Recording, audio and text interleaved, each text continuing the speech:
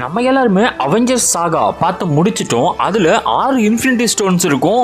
அது நம்ம 6 அவெஞ்சருக்கு யார் யாருக்கெல்லாம் பொருந்தும் அப்படிங்கிறத வாங்க இப்போ பார்க்கலாம்.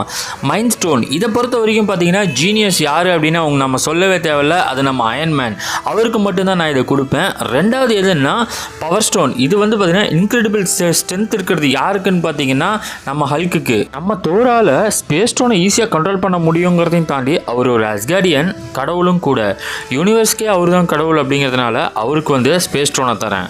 டைம் ஸ்டோன் இது எனக்கு கேப்டன் அமெரிக்காவை தவிர வேறு யாருக்கும் கொடுக்கணும்னு தோணவே இல்லை. எதனால் அப்படின்னா அது அவரோட டைம்லேருந்து இந்த டைம் வரைக்கும் வாழ்ந்ததுனால.